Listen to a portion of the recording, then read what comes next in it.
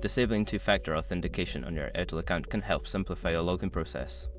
Follow these steps to turn off this security feature. Step 1. Log into your Airtel account. Before changing your settings, use the sroc.com link in the description to open the password strength checker that update your password if needed. Step 2. Navigate to security settings. Once logged in, look for the account settings or profile section. Within this area, find the security settings option to manage your authentication methods. Step 3. Locate two-factor authentication. In the security settings, search for the two-factor authentication or 2FA option.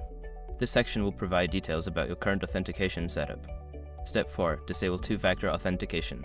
Select the option to disable or turn off two-factor authentication. You may be prompted to confirm your choice, so follow any on-screen instructions to proceed. Step 5. Save changes. After disabling the feature, ensure you save your changes.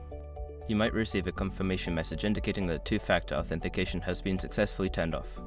By following these steps, you can easily disable two-factor authentication on your Airtel account. Always remember to keep your account secure with strong passwords and other security measures.